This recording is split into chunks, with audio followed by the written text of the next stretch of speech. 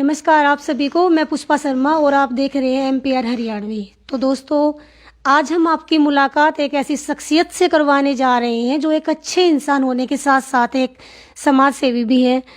इनके चाहने वालों की कमी नहीं है तो जलने वाले भी इनसे बहुत हैं।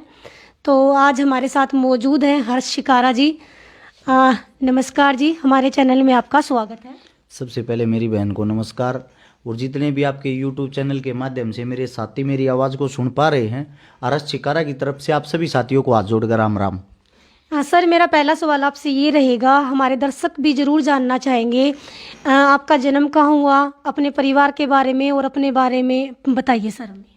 मेरा नाम हर्ष शिकारा है, गांव लडरावण है, जिला झज्जर, तहसील बहादुरगढ़ है। और मेरा जो जन्म है वैसे तो हमारे लडरावण के पास ही बवाना पड़ता है, बवाना हॉस्पिटल में हुआ था 1989 में 9वें महीने की 4 तारीख को दोपहर के 12 बजे से 2 बजे के बीच में जी। उससे अलग मेरी जो पढ़ाई है कुछ गांव में हुई, कुछ मेरे मामा के गांव में हुई जी। और कुछ पढ़ाई अभी चल रही है जी। तो हमारा अगला सवाल आपसे ये रहेगा सर, अपने फैमिली के बारे में बताइए, परिवार में कौन कौन है। हमारा काफ़ी बड़ा परिवार है जी। मेरे जो दादा हैं वे लगभग 13 भाई बहन हैं जी। उसके बाद अगर मैं अपनी बात करूं, मेरे पापा 2 भाई हैं, 2 बहनें हैं जी। मेरा छोटा भाई है एक जी, एक मेरी बहन है जी। मेरे भाई का जो परिवार है उसकी फैमिली, उसके बच्चे जी। मैं सबसे बड़ा हूँ जी।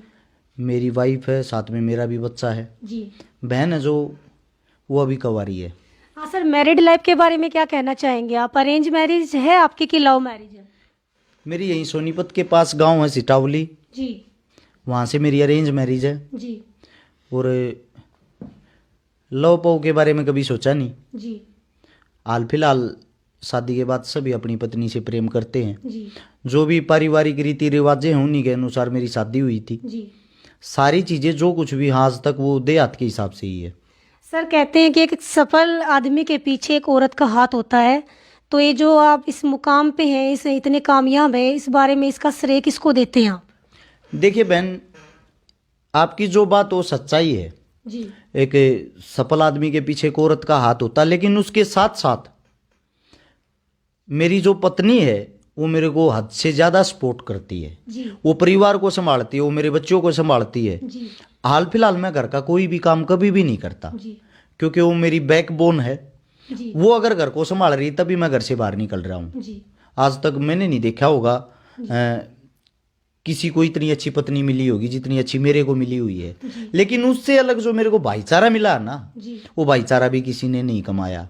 26-27 भाई तो ऐसे जो मेरे पास ही रहते हैं 24 आवर, जिनमें कोई पंजाब बॉर्डर धनौरी का है, कोई राजस्थान का है, कोई हिसार का है। 26 से 27 जो लड़के जो मेरे भाई हैं, माजाए भाई से भी ज़्यादा जो मेरे से प्रेम करते, मेरे से सपोर्ट करते हैं, वो 24 घंटे मेरे पास रहते अपना घर परिवार छोड़ के।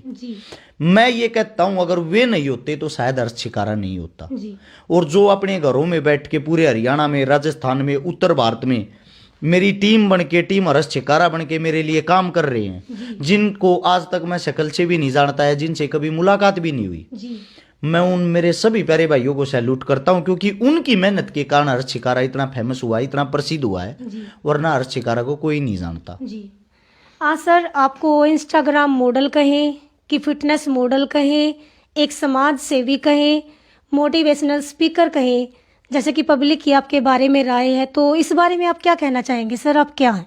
देखिए बहन, ना ही तो मैं कोई मॉडल हूँ, ना ही कोई फिटनेस मॉडल हूँ। अपनी सेहत, अपने शरीर का ख्याल सबको रखना चाहिए। अभी किसान आंदोलन के दौरान मेरे को चोट लगी थी कमर में, जिसके कारण मेरे को लगा कि आपकी बॉडी जो लैंग्वेज वो खराब हो रही है, उसको सुधारने के लिए थोड़ी बहुत एक्सरसाइज कर लेता हूँ। तो इसीलिए फिट रहना बहुत ही जरूरी है। उससे अलग आप कह रहे थे समाज सेवी कहे या मोटिवेशनल स्पीकर कहे, ऐसा कुछ नहीं है। हर्ष शिकारा जो भी हो रियल है, यानी कि वो रील बनने की कोशिश नहीं करता, वही कैमरे के पीछे है, वही कैमरे के आगे है। मैंने अपने जीवन में एक बात सोची है, मैं आपको बता दूं, समाज सेवा की जो बात है, मैं समाज सेवी नहीं हूं, मैं लोगों को जगाने की कोशिश कर रहा हूं।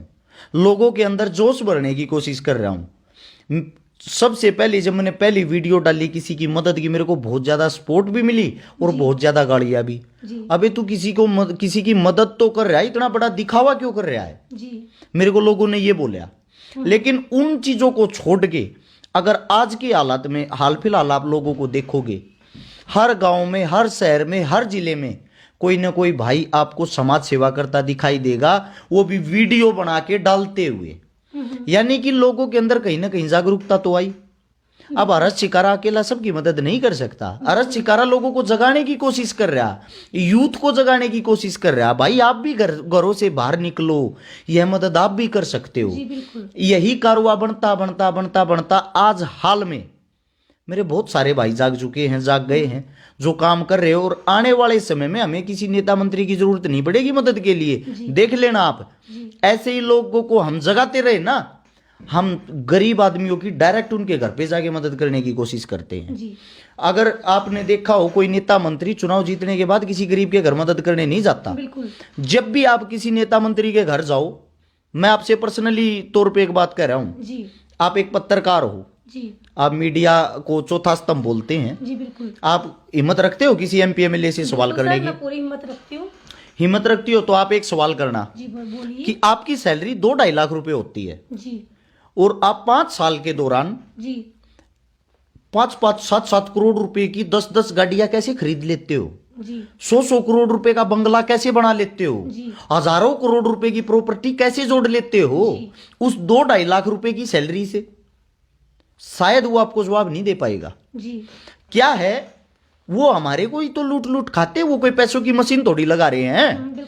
जनता का पैसा जनता से ही खाते हैं। नेता क्या करता है, 100 रुपए अगर लोगों से लेगा तो सिर्फ 1 रुपया लगाएगा, 99 रुपए वो खुद खाएगा। और हम है ना, हम किसी की मदद कर दे, हमारे को बदनाम करने के लिए कुछ मूर्ख आवारा तत्व बाहर निकलेंगे और बोलेंगे पैसे खा गया, पैसे खा गया। सबसे पहली बात तो मैं आपको बता दूं, लोग ये भी कहते हैं जनता से पैसे क्यों ले रहा भाई? पैसा सारा का सारा जनता से ही आता है, जनता में ही लगता है। इन्हीं का चून है, इन्हीं का पुण्य है, इन्हीं से कमाना होता है, इन्हीं से खाना होता है। यह एक सच्चाई है। क्या कोई मंदिर में कोई भगवान मंदिर को पैसे दे सकता है? नहीं, भगत पैसे देते हैं। क्या किसी गुरुद्वारे में वहां का कोई गुरु पैसे दे सकता? नहीं, जनता ही पैसे देती है। तो जो कुछ भी सिस्टम है वो जनता से ही चलता है। जनता के बगैर कुछ भी नहीं चलता। और जो हमारे पे उंगलियां उठाते हैं, मैं उनसे भी कहता हूं भाई आप भी ऐसा चेहरा बनो ना, आपके चेहरे को कोई पैसे दे। आज के बुरे वक्त में अगर आप किसी से 200 रुपए भी निकलवा लो ना किसी की जेब से, मान लो आप बहुत ही सच्चे इंसान हो, और मैं लाखों लाखों रुपए लोगों की मदद के लिए 1-1 घंटे में निकलवा सकता हूं, तो कुछ ना कुछ तो मेरे पे लोग ट्रस्ट करते ही होंगे। तो क्या है, मेरा जो कहना है, हम समाज को सुधारने की धीरे धीरे कोशिश कर रहे हैं और 100% सुधारेंगे भी, क्योंकि लोग इसी ट्रैक पे आ रहे हैं, एक दूसरे की मदद कर रहे हैं। जब ये चैन बन जाएगी ना, ये साइकिल चलनी शुरू हो जाएगी, हमें किसी नेता मंत्री की जरूरत ही नहीं पड़ेगी, क्योंकि गरीब के घर जाके हम डायरेक्ट ही मदद कर देंगे। अमीर भाई गरीब की उंगली पकड़ के उसका सहारा बने, बिल्कुल, तभी अच्छा समाज बनेगा।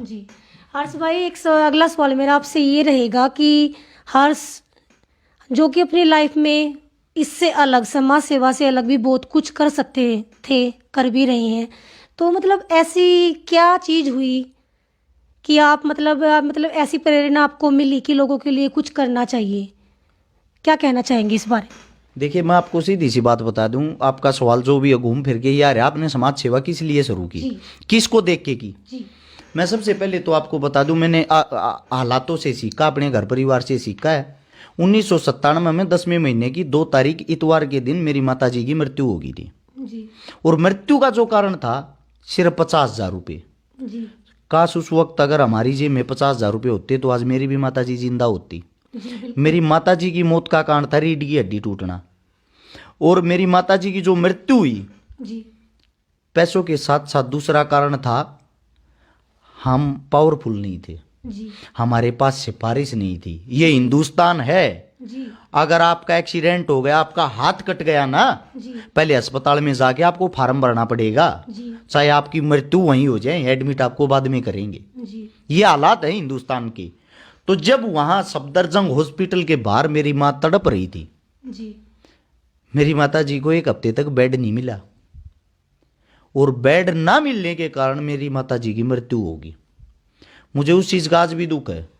अगर आज इस वक्त मेरी माता जी जीवित होती, किसी अस्पताल के बाहर तड़प रही होती ना, मेरी माता जी के इलाज के लिए 50 करोड़ रुपए भी चाहते, बिल्कुल सर। मैं 50 करोड़ रुपए भी लगा सकता था, क्योंकि माँ एक ऐसी चीज है जो हमारे को इस जीवन में लेके आई है, जी और उसके लिए ही हम कुछ नहीं कर सकते तो हम जीवन में कुछ भी नहीं कर सकते। जी माता जी की मौत के बाद 6 महीने के अंदर ही जी दादी की मृत्यु होगी, दादा की मृत्यु होगी। जी हमारे पास कुछ भी नहीं बचा, परिवार का सर्वनाश हो गया।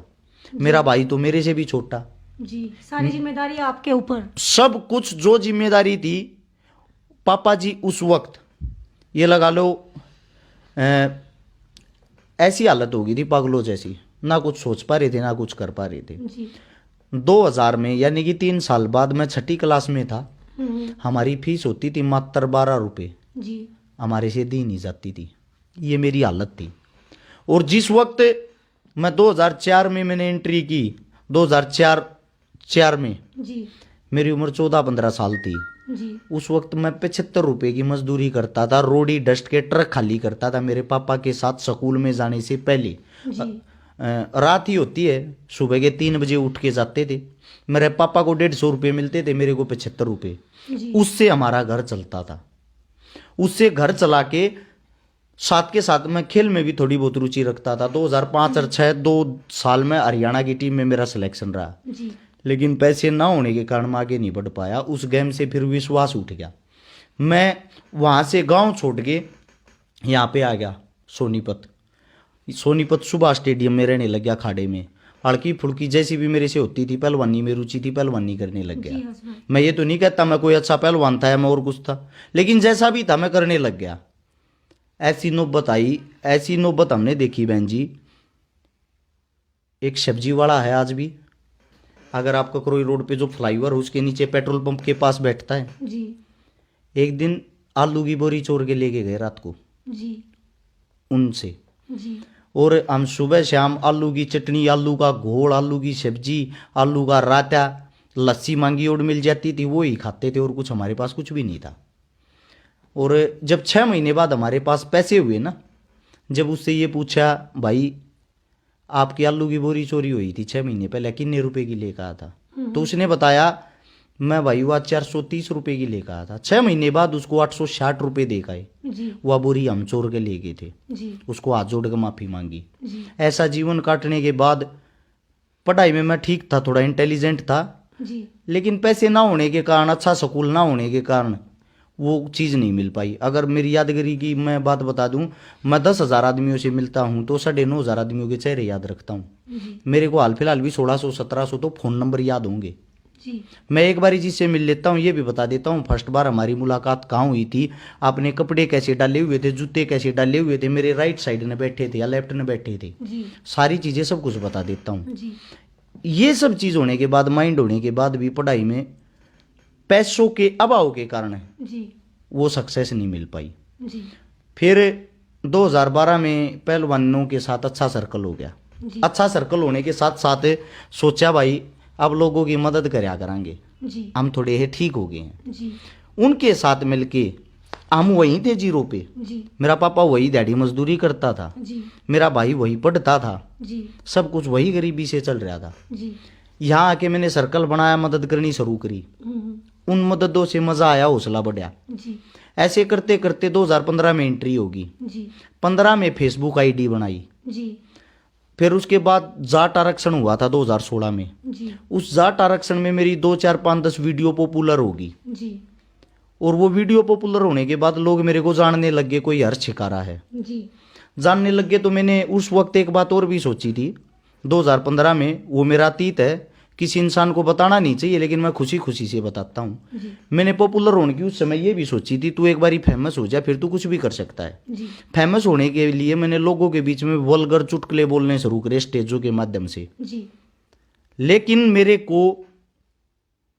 मेरा एक जगह आके दिमाग चेंज हो गया। मैंने एक गाना बनाया था उस वक्त, सुहागरात नाम का, जी और वो गाना बनाया, मेरी बहन ने मेरे से पूछा, भाई के कर काया आज? जी मेरे पास मेरी बहन को बताने के लिए जवाब नहीं था कि आपका भाई ये गाना बना के आया। मुझे उस दिन बहुत दुख हुआ। जब तू अपनी बहन को नहीं बता सकता, इस समाज के अंदर जितनी सभी तेरी बहन बेटियां हैं, उनको तू क्या दिखा रहा है? उस दिन से दिमाग चेंज हो गया और मैंने एक बात सोची, अरे चिकारा अच्छाई में इनाम करके दिखाऊंगा, चाहे कितना ये जोर लग जाओ, क्योंकि अच्छाई बहुत कम आदमी देखते हैं और बुराई बहुत जल्दी फैल जाती है। उस वीडियो पे देखोगे ना आप, कई करोड़ व्यू हो रखे हैं, और अगर अच्छाई की बात करोगे उसको कोई नहीं देखेगा।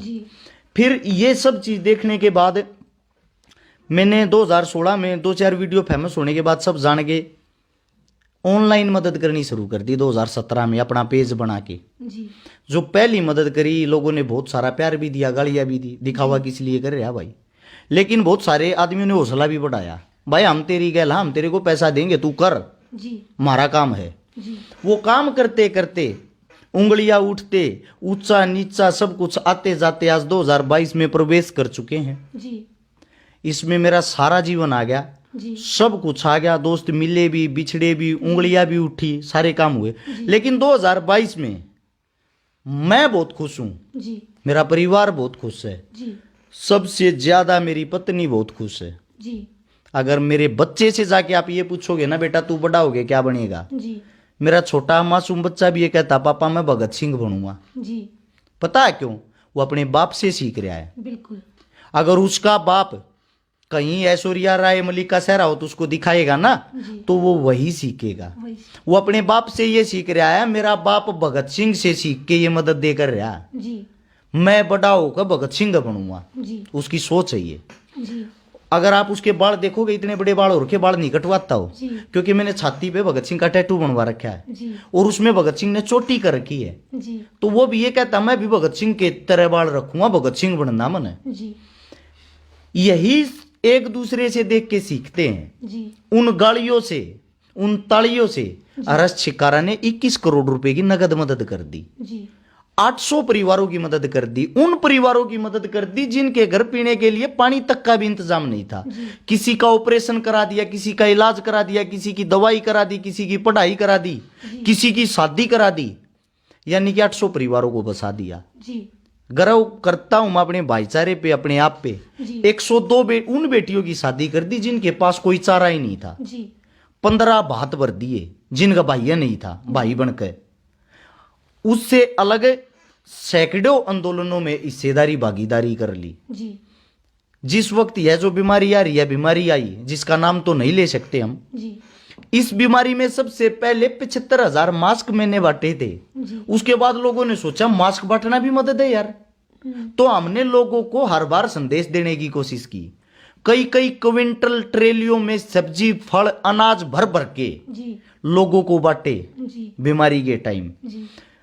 उससे अलग भी आप किसी भी फील्ड में चले जाओ, कोई भी फील्ड हो, हर फील्ड में हमने पहल करने की कोशिश की है, बहुत ज्यादा मदद करने की कोशिश की है। एक मेरे दिमाग में, दिल में जो एक बात अटकती है ना, अगर हम कहीं पीछे रह रहे हैं तो जातिवाद में फंस के रह रहे हैं। मेरे को जिस चीज का सबसे ज्यादा दुख होता, मैं इंसान हूं और मैं इंसानों की मदद करता हूं, और मुझे इसी चीज पे गर्व है, इसी चीज पे खुशी है कि अरस चिकारा ने कुछ किया हो या ना किया हो, समाज को बार बार एक अच्छा संदेश देने की कोशिश की है। और ये भी मैं वादा करता हूं, आने वाले अगर 2-4 साल और जी कैसे ही मदद करता रहा, क्योंकि समाज में दुश्मन बहुत ज्यादा बना लिए।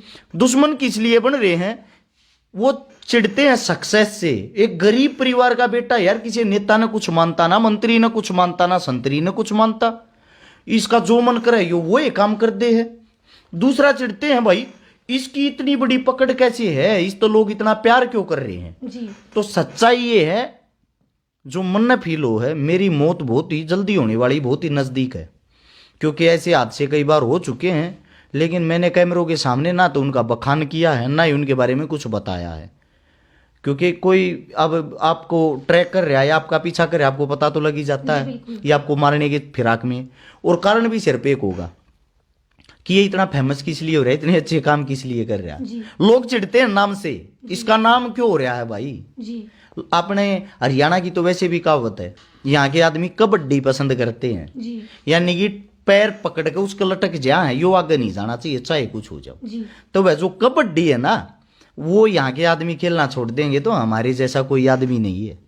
वो पैर की जगह हाथ पकड़ना शुरू कर देना, सबसे ऊपर हम होंगे, इस बात की गारंटी है। मुझे दुख है एक बात का, मुझे दुख इस बात का, मैं कोशिश कर रहा हूं लेकिन फिर भी मेरी पार नहीं बसा रही। जो मैं चाह रहा हूं वो कर नहीं पा रहा। मैं ये चाहता हूं मैं हर रोज कम से कम 100 लड़कियों की शादी करूं, कम से कम 100 लड़कियों के घर बसाऊं, कम से कम मेरे 100 भाइयों को रोजगार दूं। लेकिन मैं खुद ही कुछ नहीं हूं, मैं खुद ही नथिंग हूं, मैं कैसे दे सकता हूं? तो ये तो समाज सुधारने के लिए ना एक चेन बनानी पड़ेगी, एक सर्कल बनाना पड़ेगा। और वो ऐसा सर्कल बनाना पड़ेगा राजनीति से हटकर कि हमें नेता मंत्रियों की जरूरत ही ना पड़े। वो गांव में बड़े तो उनको अपने आप ही जूते लगे, भाग यहां से, तेरी जरूरत ही क्या है। अब आप एक बात सोचो, एक गांव के अंदर 5000 लगभग आदमी होते हैं, जनसंख्या होती है। जो 5000 आदमियों की जनसंख्या में अगर आप सिर्फ 1000 आदमियों की टीम बना दो, 1000 आदमी हर महीने के 1000 रुपए इकट्ठे करें और वो अपने गांव में गरीब की मदद करें, मैं गारंटी देता हूं उनके गांव में कोई गरीब बनी रहेगा। बिल्कुल। क्या किसी नेता मंत्री की जरूरत पड़ी? हमें नहीं पड़ी ना। शिक्षा स्वास्थ्य हम फ्री कर दिया मिलजुल के। हमारे बड़े बुजुर्ग पहले भी गांव में स्कूल बनाया करते ना, रुपये इकट्ठे करके बनाया करते, अस्पताल बनाया करते, रुपये इकट्ठे करके बनाया करते। वही काम कर देना हम पहले वाला, हमने किसी नेता मंत्री की जरूरत नहीं है। गरीब की पढ़ाई फ्री होगी, इलाज फ्री हो गया, खाना घर का हो जा है, गांव में इतनी ज्यादा जरूरत नहीं होती। तो हमारी मूलभूत जरूरतें क्या रहेगी? शादी की बात आवे है, वो गांव राम रहे या मिलकर शादी करेगा। तो गरीब आदमी अपने आप अच्छा है, किसी के बाहर जाने की उसने जरूरत नहीं पड़े। हमारा समाज के लिए यही संदेश है, यही दिखाने के लिए हर शिकारा दिखावा करता है कि आप भी सीखो और करो, आगे बढ़ते रहो। हमने किसी नेता मंत्री के पीछे तलुए चाटने तो हमारा कोई समाधान नहीं होना, वो आपको चटवाते रहेंगे। यह काम छोड़कर आप सबसे बेस्ट हो, अपने गांव को जगाओ, अपने जिले को जगाओ, अपने शहर को जगाओ और जगा के एकत्रित होकर काम करो। जब एक गरीब घर से उठा हुआ बच्चा और आज यहां तक पहुंच सकता है, सक्सेस आदमी तो कहां तक पहुंच सकता है?